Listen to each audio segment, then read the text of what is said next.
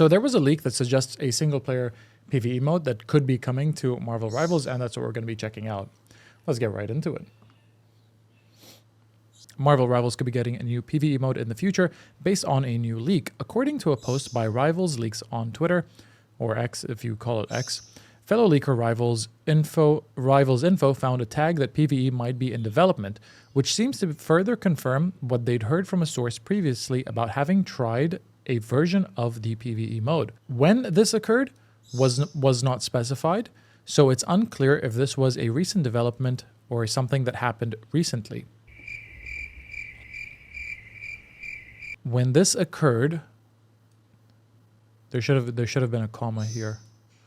When this occurred was not specified, or a semicolon, or a semicolon after specified. Anyway, we're here to read the article, not focusing on CBR's grammar. Anyway, so it's unclear if this was a recent development or something that happened recently. This isn't exactly a guarantee that a PvE mode will be added to Marvel Rivals anytime soon, but it points to the possibility of something new to come. The mode could have been tested in the past and has since been scrapped. This could be a possibility, or it could be something for players to look forward to in the future.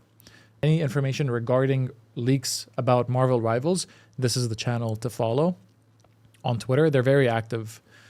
Okay, so potential PvE mode for Marvel Rivals. Some time ago, I was informed by a source that they had experienced a PvE mode in the game.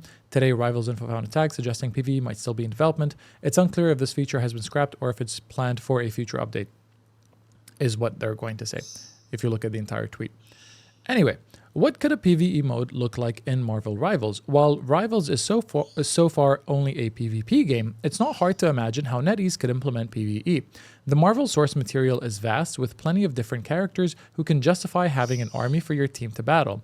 Easy pickings would be the Chitauri, Ultron, or even just some zombie versions of some of the heroes. Enough characters are being added to the game, along with more characters coming soon. That should bring plenty of opportunities in the future. I mean, yeah, of course. Currently, we're in Season 1. It's very vampire-themed, so having us fight a legion of vampires or a horde of vampires, and then leading to like a vampire lord or something, or maybe even Dracula, you know, if he's not going to be added as a character. Maybe if we take the fight to Dracula at the end, that would be really cool. Some people or even like similarly with Ultron's, like you're fighting bots or droids or whatever, Ultron bots, and then you go and you fight Ultron, and after you fight Ultron or you defeat Ultron, they could actually, what they could do is they could make it actually very interesting. They could actually put Ultron behind this. I mean, I know not everybody would be happy with it, but imagine for them to, when they announce, or if they are planning on announcing a PvE mode, it's a PvE mission for you to unlock Ultron, and you defeat these bots, and then you go and you fight Ultron himself, and he's just like a souped up version of what the character would actually be like. And then you and your team are fighting Ultron just to take him out. And once you complete that mission, you unlock Ultron as a playable character, or you unlock a skin for Ultron. I think a skin for Ultron would be really cool instead. So not lock him behind an actual mission, or just lock a skin behind that mission. And that's to get more people to play it. That's what I think. If there is a PvE mode and they're going to be releasing it with a specific character like Ultron, or maybe Thanos, who knows, but Thanos hasn't been leaked. But Ultron has been. So an Ultron skin locked behind a PvE mode where you're fighting his bots or droids, and then once you defeat them, you go and you face Ultron as a final boss. After you defeat him, you complete the mission, you unlock a skin for Ultron, maybe the skin that he was wearing in that encounter, you know? Some people in the replies to Rival Leaks' post had some big ideas about what an implementation of the mode could look like. Ben Jackson suggested a PvE being a temporary event where characters like Ultron could appear as the main villain before joining the playable character. That's what we just said! That's what we just said! I swear, I didn't read the article before. But yeah, he becomes a playable character. Okay, so what we said was you unlock either a skin or the character once you complete the mission, but they're saying once the event ends, then Ultron joins the overall roster. So whether you did the mission or not. Many other people were concerned that this could turn out like other failures from the past, mainly citing Overwatch. The consensus the consensus seems to be that players don't want the developers to be stretched too thin, causing the PvE mode never to be released in the first place.